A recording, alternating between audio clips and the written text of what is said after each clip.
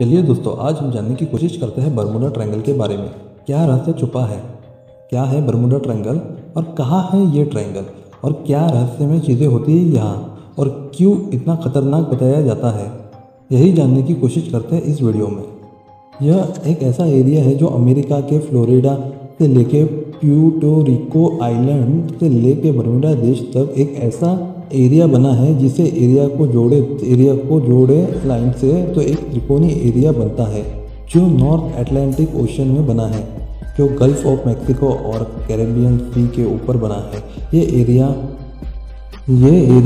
5 lakh to 15 lakh 10 square mile से भी ज़्यादा है, जहाँ पर 50 से ज़्यादा शिप्स एंड 20 से ज़्यादा एयरप्लेन अचानक रहस्यमय तरीके से गायब हो गए हैं, जिसके लिए इस ट्रायंगल को लोग डेविड ट्रायंगल से भी जानते हैं।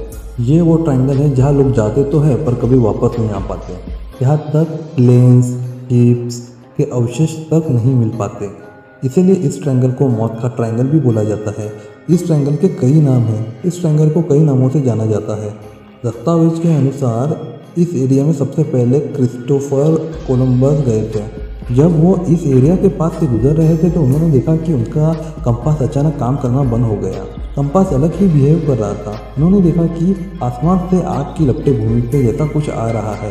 ये सारी बातें क्रिस्टोफर कोलंबस ने अपने बुक में लिखी बरमूडा ट्रायंगल के बारे में। यह बात 1945 की है, जिसमें अमेरिकन नेवी के 5 TBM बम रक्षक जहाज का समूह इस एरिया ऊपर आए। उनका कंपास अचानक से काम करना बंद हो गया, जिसमें फ्लाइट के प्रमुख ने बताया कि उन्हें एरिया कौन सा है वो समझ में नहीं आ रहा है। यहाँ समुद्र हरा है और अचानक सिग्नल गायब हो गया। उन्हें पता ही नहीं चला कि सब प्लेन अचानक ऐसे कैसे गायब हो गए।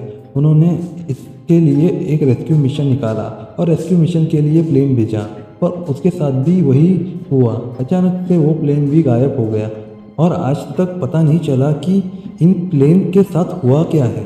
कुछ लोगों का मानना है कि जो भी प्लेन शिप्स जो इस रहस्यमय तरीके से गायब हो जाते हैं उनके पीछे एलियंस का हाथ है। जो भी प्लेन्स एंड शिप्स इस एरिया से गुजरते हैं उन पर अटैक करके गायब कर देते हैं।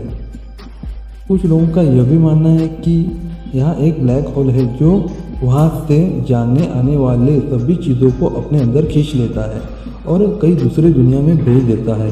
जैसे कि यहाँ एक पैरेलल यूनिवर्स का गेट है जो प्लेन्स और शिप को दूसरी दुनिया में भेज देता है।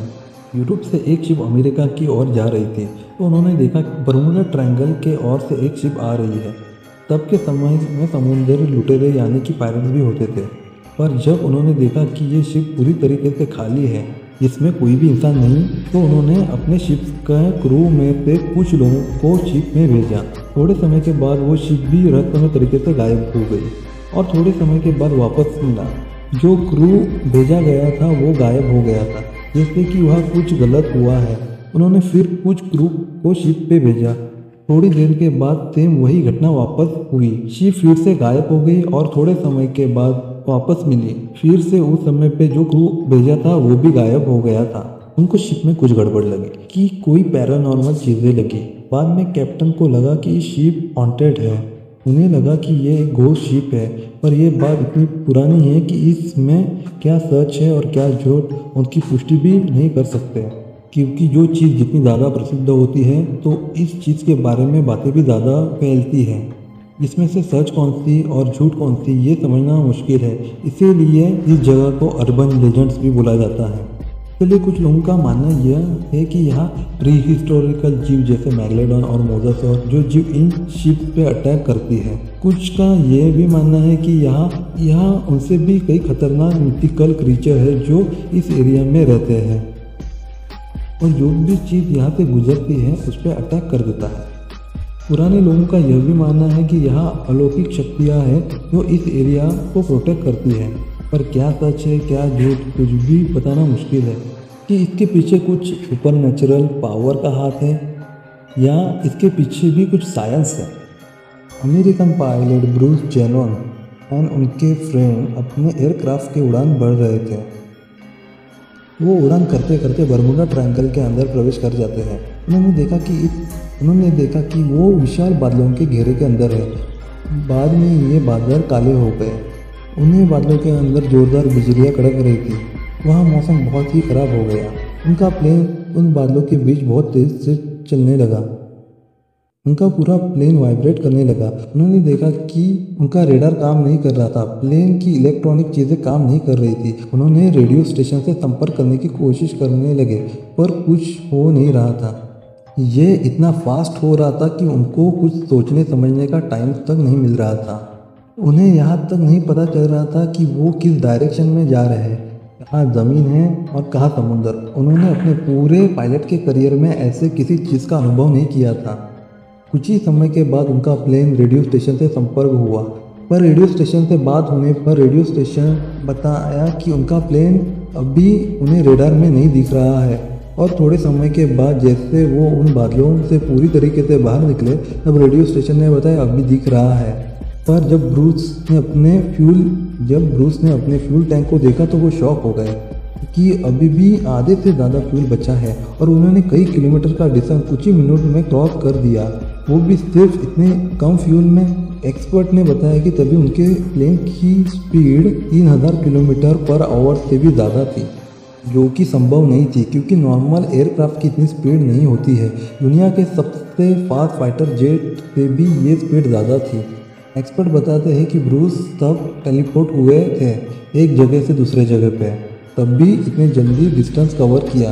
ज़्यादा तो एक्सपर्ट का ये मानना है कि उन्होंने उस समय टाइम ट्रेवल किया है जहाँ टाइम बहुत फास्ट बीतता है, इसीलिए उनके लिए टाइम इतना फास्ट बीता कि उन्होंने इतना डिस्टेंस कुछ ही मिनटों में पार कर दिया। उस साइंटिस्ट का मानना यह है कि वो इलेक्ट्रॉनिक मैग्नेटिक बादलों में फंस गए थे। जिस तरफ से वो जा रहे थे तेज़ हवाएं भी उसी और बह रही थी, जो उनके प्लेन को आगे जाने के लिए फोर्स कर रही थी। हवाएं के फोर्स के वजह से प्लेन की स्पीड इतनी हो गई थी। आपने देखा ही होगा कि आप हवाओं के साथ जाओगे तो आपकी स्पीड बढ़ेगी और आप उनके विपरीत जाओगे तो हवाएं आपको पीछे की ओर फेंक देगी। बर्मुडा ट्रायंगल में भी वैसे ही है, वहाँ बहुत तेज़ हवाएं बहती है। सैटेलाइट से जब देखा गया कि यहाँ का मौसम बहुत ही ख़राब होता है और दुनिया के सबसे ज़्यादा हरिकेन्स आने वाली जगह फ्लोरिडा में है और ये ट्रायंगल भी वही है। इस ट्रायंगल में बहुत से हरिकेन तैयार होते हैं जो बहुत बड़े बड़े होते हैं। सैटेलाइट व्यू से देखा कि इस एरिया के पास वाले एरिया शैलो वाटर का है, जहाँ पानी ज़्यादा गहरा नहीं है, वहाँ बड़े बड़े शिप फंस सकते हैं। पर ऐसा होता तो शिप फंसे हुए मिलने चाहिए थे। दूसरी तरफ पाया गया कि समुद्र में सक्रिय ज्वालामुखी है जो एक्टिव रूप से है, वहाँ वोल्केनो इरप्शन होता है। वहाँ के समुद्र में मीथेन हाइड्रेट का प्रमाण बहुत ज़्यादा है। ऑस्ट्रेलिया के प्रयोगशाला प्रयोग से साबित किया कि मीथेन के वजह से पानी की घनत्व कम लाकर ये किसी भी जहाज को तुरंत डुबा सकते हैं। जैसे नमक के वजह से क्षार बढ़ जाते हैं और कोई भी चीज़ डूबती नहीं है, जैसे कि डेड सी में वहाँ का नमक का प्रमाण ज़्यादा है, वैसे यहाँ मीथेन का प्रमाण ज़्यादा है तो उसके वजह से जहाज डूब सकते हैं। पर पक्के तौर से साबित नहीं किया गया कि यही रीज़न है इसके पीछे। यहाँ हेक्सागोन वेव भी क्रिएट होती है जो बहुत ज़्यादा खतरनाक होती है। यहाँ मौसम हमेशा ख़राब रहता है।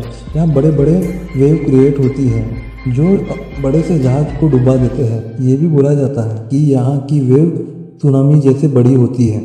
वैज्ञानिकों के बारे में बताया जाता है कि यहाँ मैग्नेटिक फील्ड पाई जाती है जो सभी चीज़ों को अपने तरफ खींच लेती है, जिससे सभी इलेक्ट्रॉनिक चीज़ें काम करना बंद कर देती है।